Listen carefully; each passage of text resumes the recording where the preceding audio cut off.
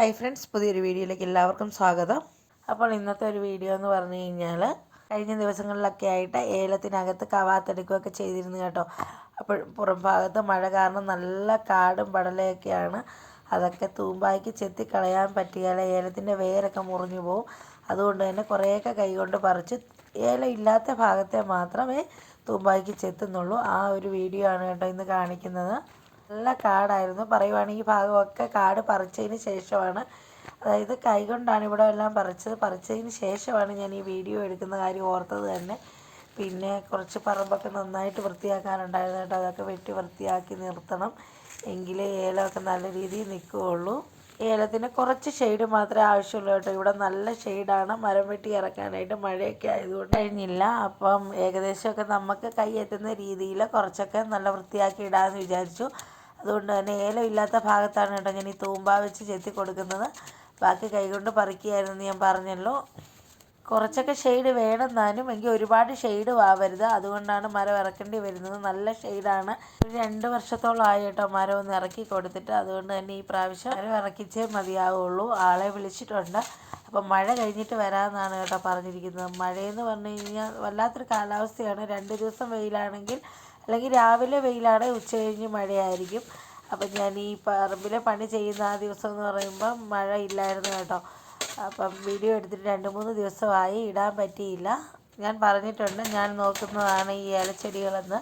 അതുകൊണ്ട് തന്നെ ഈ ഏലച്ചെടികളുടേതായ ബാക്കി മുഴുവൻ പണികളും ഞാൻ തന്നെ ചെയ്യും കേട്ടോ. ഏലക്കായ എടുക്കാൻ വേണ്ടി മാത്രമേ കാശ് കൊടുത്ത് ആളെ നിർത്താറുള്ളൂ. ആ ഏലത്തിനകത്തെ കാട് ചെത്തുന്നതും അല്ലെങ്കിൽ കവാത്തെടുക്കുന്നതും മരുന്നടിക്കുന്നതൊക്കെ ഞാൻ തന്നെയാണെന്ന് പറഞ്ഞു. ഏലം വെക്കാനും ഏകദേശം ഞാൻ പഠിച്ചു കഴിഞ്ഞു. ഞാൻ നിങ്ങളെ കാണിച്ചു തന്നു ഏലം വെക്കുന്നത് എങ്ങനെയാണെന്നൊക്കെ. അപ്പോൾ എനിക്കൊന്നും കൂടെ പറയാനുള്ളതെന്ന് വെച്ച് കഴിഞ്ഞാൽ, വീട്ടിൽ ചുമ്മാ ഇരിക്കുന്ന സമയത്താണ് കേട്ടോ ഞാനിത് ചെയ്തു തുടങ്ങിയത്. രാവിലെ മക്കൾ സ്കൂളിൽ പോയി കഴിഞ്ഞ് കഴിഞ്ഞാൽ എൻ്റെ വീട്ടിലെ എല്ലാ പണികളും തീർന്നു. പിന്നെ ഇരിക്കുന്നതെന്ന് പറഞ്ഞു കഴിഞ്ഞാൽ മൊബൈലിൽ കുത്തിയോ അല്ലെങ്കിൽ നമുക്ക് ഗുണമില്ലാത്ത കുറേ കാര്യങ്ങൾ ചെയ്തിട്ടിരിക്കുന്ന ആ ഒരു ഇതേ ഉള്ളൂ. അല്ലെങ്കിൽ കിടന്ന് ഉറങ്ങുമായിരുന്നു. അങ്ങനെയൊക്കെ ഇരുന്നപ്പോഴാണ് കേട്ടോ ഇങ്ങനെ ഏലം വെക്കാമെന്ന് തന്നെ ഒന്ന് ചിന്തിച്ച് തുടങ്ങിയത്. കഷ്ടപ്പാടുണ്ട്, ഇല്ലെന്നല്ല. പക്ഷെ ആ കഷ്ടപ്പാടിൽ നല്ലൊരു ഫലം നമുക്ക് തിരിച്ച് പ്രതിഫലമായി ലഭിക്കുന്നുമുണ്ട് കേട്ടോ. ആദ്യം ഒരു 2 വർഷത്തോളം അല്ലെങ്കിൽ 1.5 വർഷത്തോളം നമ്മൾ മുടക്കി കൊടുക്കണം. അത് കഴിഞ്ഞതിന് ശേഷമേ കായ എടുത്ത് തുടങ്ങുകയുള്ളൂ. കായ എടുത്ത് തുടങ്ങിയാൽ നമ്മൾ രക്ഷപ്പെട്ടു എന്ന് തന്നെ പറയാം കേട്ടോ. നമ്മൾ 100 രൂപ മുടക്കിയാൽ ഉറപ്പായിട്ടും 200 രൂപ കിട്ടുന്നുണ്ട്. മുടക്കമുണ്ട്, കഷ്ടപ്പാടുമുണ്ട്. അപ്പോൾ കുറച്ചൊന്ന് കഷ്ടപ്പെടുവാണെങ്കിൽ നമുക്ക് നമ്മുടേതായ കുറച്ച് കാര്യങ്ങളൊക്കെ നടന്നു പോകും. അതുപോലെ തന്നെ വീട്ടിൽ മക്കളെ നോക്കാനായിട്ടും അവരെ സ്കൂളിൽ വിട്ട ശേഷം ജോലിക്ക് പോകാൻ ബുദ്ധിമുട്ടുള്ള ആളുകളൊക്കെ ഉണ്ടെങ്കിൽ ഇത് ഏലം നട്ട് പരിപാലിക്കണമെന്ന് തന്നെ ഇല്ല കേട്ടോ. എന്തെങ്കിലും ഒരു ബിസിനസ്സായിട്ടോ അല്ലെങ്കിൽ ഇപ്പോൾ ഒരുപാട് കാര്യങ്ങൾ യൂട്യൂബിൽ കൂടെ തന്നെ നമുക്ക് പഠിക്കാവുന്നതാണ്. ഞാൻ കഴിഞ്ഞ ദിവസം ഇങ്ങനെ നോക്കിയിരുന്നു കേട്ടോ. ഈ റിബണ്, ബുഷ് അല്ലെങ്കിൽ ഹെയർ ബാൻഡ് അങ്ങനെയൊക്കെ ഉണ്ടാക്കുന്ന കുറച്ച് ക്ലാസ്സുകൾ അറ്റൻഡ് ചെയ്തത് നോക്കിയാൽ തന്നെ നമുക്ക് ചെയ്യാൻ കഴിയുന്നതേ ഉള്ളൂ. ഇങ്ങനെ എന്തെങ്കിലും ഒരു വർക്ക് ചെയ്യാനായിട്ട് നമ്മളൊരു മനസ്സ് വെച്ച് ഇറങ്ങുവാണെങ്കിൽ വിജയിക്കുമെന്നാണ് കേട്ടോ എനിക്ക് പറയാനുള്ളത്. അതുപോലെ തന്നെ ഞാൻ ഏലം നടുന്നത് കണ്ട് എൻ്റെ ഒരു 2-3 സുഹൃത്തുക്കൾ ഇവിടെ ഏലമൊക്കെ നടാനായിട്ട് മുന്നോട്ട് വന്നിട്ടുണ്ട് കേട്ടോ. എന്നെ വിളിച്ച് സംശയം ചോദിക്കും. ഞാൻ ആദ്യമേ പറഞ്ഞിരുന്നു എനിക്ക് ഏലത്തെക്കുറിച്ച് ഒന്നും തന്നെ അറിയില്ലായിരുന്നു. എല്ലാം എനിക്ക് ഇങ്ങനെ ഞാൻ ഏലം നടുന്നത് കണ്ടിട്ട് ഓരോരുത്തർ എനിക്ക് പറഞ്ഞു തന്നു. അതുപോലെ തന്നെ എൻ്റെ വാപ്പച്ചി എന്നെ ഫുൾ സപ്പോർട്ട് ചെയ്തതുകൊണ്ടാണ് ഞാൻ ഈ ഏല കൃഷിയിലേക്ക് ഇറങ്ങിയേക്കുന്നത്. ഏലം നോക്കാനായിട്ട് ഒരുപാട് തോട്ടമായിട്ടൊന്നും ഏലം വേണമെന്നൊന്നും ഇല്ല കേട്ടോ. 10 മൂട് ചെടിയെ ഉള്ളെങ്കിൽ അത് നല്ല രീതിയിൽ പരിപാലിച്ചെടുക്കാൻ പറ്റുമെങ്കിൽ അത് മതി. അല്ലെങ്കിൽ 300 മൂട് ഏലം, എന്നെ വിളിച്ച് ഡൗട്ട് ചോദിച്ച കൂട്ടുകാരൊക്കെ ഉണ്ട് കേട്ടോ. 50 മൂട് ഏലമൊക്കെ വെച്ചിട്ട് എന്ത് ചെയ്യാനാണ്, അല്ലെങ്കിൽ ഒരു 300 മൂടെങ്കിലും കുറഞ്ഞത് വേണ്ടേ, അല്ലെ 1 ഏക്കറൊക്കെ വേണ്ടേന്ന് എനിക്കതിനോടൊക്കെ പറയാനുള്ളതെന്ന് വെച്ച് കഴിഞ്ഞാൽ, നമുക്ക് നോക്കാൻ പറ്റുന്നത് വെച്ചാൽ മതി. 50 മൂട് വെച്ചാലും 500 മൂട് വെച്ചാലും നമുക്ക് നോക്കാൻ പറ്റുമെങ്കിൽ ഈ 500 മൂട് സ്ഥലമുണ്ടെങ്കിൽ വെച്ച് കൊടുക്കാൻ നല്ല കാര്യമാണ്. പക്ഷെ ഞാൻ ഈ 50-60 മൂട് വെച്ചിട്ട് എനിക്ക് വലിയ നഷ്ടങ്ങളൊന്നും പറയാനില്ല കേട്ടോ. ഞാൻ വിളിക്കുന്ന കൂട്ടുകാരോട് പറഞ്ഞു കൊടുത്തിരുന്നു, അവർക്ക് 500 മൂട് വെക്കണമെങ്കിൽ വെക്കാം. പക്ഷെ നല്ലൊരു കഷ്ടപ്പാടാണ് അതിൻ്റെ പുറകിൽ.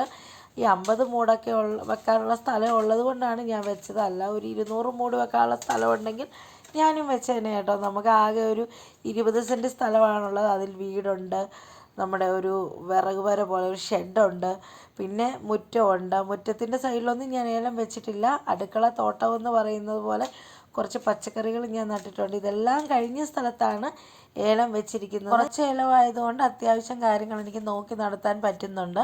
അല്ലെങ്കിൽ ഒരാളെ പണിക്ക് നിർത്തണം, പിന്നെ അവർക്കുള്ള പണിക്കൂലി, ചിലവ് ഇതെല്ലാം നമ്മൾ തന്നെ നോക്കണം. അതിൽ ഭേദം നമ്മൾ കുറച്ച് ഏലം വെച്ച് അതിനെ വൃത്തിയായിട്ട് നമ്മൾ തന്നെ നോക്കുവാണെങ്കിൽ അതായിരിക്കും കേട്ടോ നല്ലത്. ഈ ഏലം വെച്ചതിലൂടെ എനിക്ക് വലിയ നഷ്ടങ്ങളൊന്നും ഉണ്ടായിട്ടില്ല. ആദ്യമൊക്കെ പണി ചെയ്യുമ്പം എന്താ പറയുന്നത്, മടുപ്പൊക്കെ തോന്നിയിട്ടുണ്ട്. എന്നാലും ചുമ്മാ ഇരിക്കുന്ന സമയമല്ലേ, കിടന്ന് ഉറങ്ങി ഒന്നും സമയം കളയുന്നില്ലല്ലോ എന്നോർത്ത്. ആദ്യത്തെ വർഷം നല്ല രീതിയിലൊന്നും കായും കാര്യങ്ങളും ഒന്നും കിട്ടിയില്ല. അതുകൊണ്ട് തന്നെ നമുക്ക് മുടക്കുമുതൽ തിരിച്ച് കിട്ടി കേട്ടോ. അപ്പം രണ്ടാമത്തെ വർഷമായപ്പോൾ മുടക്കുമുതലിനേക്കാൾ കൂടുതൽ പൈസ നമുക്ക് കിട്ടി, ഓരോ കാര്യങ്ങൾ ചെയ്യാൻ പറ്റി. അതുകൊണ്ടാണ് ഞാൻ ഇത്രയും കൃത്യമായിട്ട് തന്നെ ഏലം പിന്നെയും നോക്കാൻ തയ്യാറായത്. അപ്പം എന്തെങ്കിലും ഒരു കാര്യം ചെയ്യാമല്ലോ, ഈ ചുമ്മാ കളയുന്ന സമയത്ത് മാത്രമേ ഇറങ്ങാറുള്ളൂ. ഞാൻ പറഞ്ഞു, ഒരു ദിവസം ഒരു പ്രാവശ്യമെങ്കിലും ഞാൻ ഈ 60 മൂടിൻ്റെയും ചുവട്ടിലെത്തുമെങ്കിലും നല്ല രീതിയിൽ ഇതിനെ പണിയേണ്ടി വരുന്നത് വളരെ ചുരുക്ക ദിവസങ്ങൾ മാത്രമേ ഉള്ളൂ കേട്ടോ. ഫുൾ ടൈമൊന്നും ഈ പറമ്പിൽ കൂടെ ഒന്നും ഞാൻ നടക്കേണ്ട ആവശ്യം വരുന്നില്ല. ഒരു ദിവസം കുറച്ച് നേരം ഒന്ന് മെനക്കെട്ടാൽ മതി. പിന്നെ ഇതുപോലെ കാടിയെത്താനോ അല്ലെങ്കിൽ വളവിടാനോ മരുന്നടിക്കാനോ ഉള്ള ദിവസമൊക്കെ നല്ലതുപോലെ കഷ്ടപ്പെട്ട് നിൽക്കുകയുള്ളൂ. ഇനി മണ്ണൊക്കെ ഇട്ട് കൊടുക്കണം, പോകെ അങ്ങോട്ട്. കഴിഞ്ഞ വർഷമൊന്നും മണ്ണിട്ടില്ല, അതുകൊണ്ടാണ് മണ്ണിട്ട് കൊടുക്കേണ്ടി വരുന്നത്. അങ്ങനെ ദാണ്ട് ഇവിടെയൊക്കെ കുറേയൊക്കെ വെട്ടി തെളിച്ചപ്പോഴത്തേനും അത്യാവശ്യം വെയിലൊക്കെ കയറാൻ തുടങ്ങി കേട്ടോ. ഇനിയും കുറച്ചുകൂടെയൊക്കെ ഉണ്ട് ആ ഭാഗം തന്നെ. അത് ഷെയ്ഡ് ഇറക്കിയാലേ ശരിയാവത്തുള്ളൂ കേട്ടോ. അപ്പോൾ ഇന്ന് കുറച്ച് നേരം വീട്ടിലെ എല്ലാ പണികളും തീർത്ത്, ഞാൻ പറഞ്ഞല്ലോ മക്കളെയൊക്കെ വിട്ട ശേഷമാണ് പറമ്പിലിറങ്ങിയത്. എങ്കിലും നട്ട് ഇത്രത്തോളം വെട്ടിയൊക്കെ നശിപ്പിച്ച് വിട്ട് കേട്ടോ. ഞാൻ നശിപ്പിച്ചെന്ന് പറയാൻ പറ്റത്തില്ല, ചെമ്പരത്തി വേലിയാണ്, അത് കുറച്ച് ക്ലിയർ ചെയ്താലേ വെയിലൊക്കെ കയറുള്ളൂ. ഞാൻ കുറച്ച് ഭാഗം വെട്ടിയപ്പോൾ തന്നെ നല്ല വെയിൽ തോന്നി. പക്ഷെ വീടിൻ്റെ മുറ്റത്ത് നിന്ന് മുമ്പോട്ട് നോക്കുമ്പോഴത്തേനും നമ്മളൊന്ന് പണിതായിട്ട് തോന്നുന്നില്ല കേട്ടോ. കാരണം അത്രത്തോളം മഴയൊക്കെ പെയ്ത് കാടൊക്കെ ആയിട്ട് കിടക്കുമല്ലേ. ഇനി ഒരു സൈഡേ ഒതുങ്ങിയിട്ടുള്ളൂ. അതിൻ്റെ ഇപ്പുറവശം ഫ്രണ്ട് ഭാഗമാണ് അടുക്കളയുടെ, അത് ശരിയാക്കാനുണ്ട്. അവിടെ മത്ത കയറി കിടക്കുമായിരുന്നു കേട്ടോ. അപ്പം ഞാൻ കുറച്ചൊക്കെ അവിടെ അപ്പുറം ഭാഗത്തോട്ട് ചെത്തിയിട്ടുണ്ട്. ഇനി മത്തയ്ക്കകത്തുനിന്ന് കാട് പറിക്കണം, അല്ലെങ്കിൽ മത്ത ഇല്ലാതായി പോകും. അപ്പം നമ്മൾ കഴിഞ്ഞ ദിവസം നട്ട ഇഞ്ചിയാണ് കേട്ടോ, അതൊക്കെ പൊടിച്ച് ഇത്രത്തോളം വളർന്നിട്ടുണ്ട്. മഴയ്ക്ക് മുമ്പ് എനിക്ക് തോന്നുന്നു മെയ് മാസം ലാസ്റ്റായിട്ട് നമ്മൾ പാകി കൊടുത്ത തക്കാളി തൈയാണ് ദാണ്ട് ഇവിടെ പൊടിച്ച് നല്ല രീതിയിൽ നിൽക്കുന്നുണ്ട് കേട്ടോ. മണ്ണിൽ പാകി കൊടുത്തതൊക്കെ മഴ നശിപ്പിച്ച് കളഞ്ഞു. ഇനി ഇത് പതിയെ മാറ്റി നട്ട് കൊടുക്കണം. കുറച്ചും കൂടെ ഒന്ന് മഴ നോക്കിയിട്ട് ചെയ്യാവുന്നോർത്താണ്. അതുപോലെ തന്നെ കോവൽ കയറിയ ഭാഗത്തെ കാടെല്ലാം ചെത്തി വൃത്തിയാക്കിയിട്ടുണ്ട് കേട്ടോ. പിന്നെ 2 മൂട് പയർ നമുക്ക് നല്ല രീതിയിൽ പിടിച്ച് വന്നിരുന്നു. അതിലൊരു മൂട ഉണങ്ങിപ്പോയതല്ല, ചീഞ്ഞു പോയെന്ന് പറയണം. മഴ കൂടിയ സമയത്ത് വെള്ളം കെട്ടി നിന്നങ്ങാണ്ട് ചീഞ്ഞു പോവുകയാണ് ചെയ്തത്. ഒരു മൂടിയിൽ നിന്നാണ്ട് ഇത്രയും പയർ പറിച്ചു കേട്ടോ. അപ്പോൾ പയർ ഞാൻ ഉണങ്ങാനായിട്ട് നിർത്തിയതാണ്. മഴ കാരണം പറിക്കാൻ പറ്റിയില്ലെന്ന് തന്നെ പറയാം. അപ്പോൾ പിന്നെ വിളഞ്ഞു പോയി.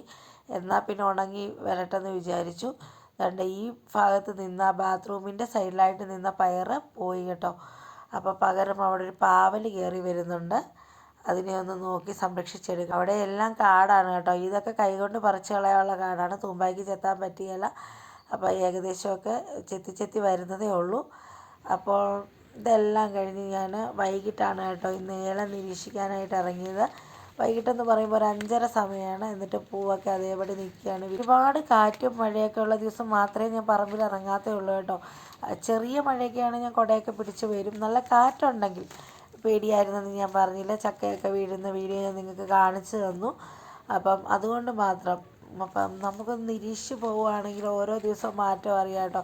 തണ്ടുതുരപ്പം കുത്തുന്നുണ്ടോ എന്നൊക്കെ അങ്ങനെയാണ് ഞാൻ കണ്ടുപിടിക്കുന്നത്. തണ്ടുതുരപ്പം കുത്തുന്നതിന് മുമ്പായിട്ട് ഞാൻ കറക്റ്റായിട്ട് മരുന്ന് അടിച്ചു കൊടുക്കും.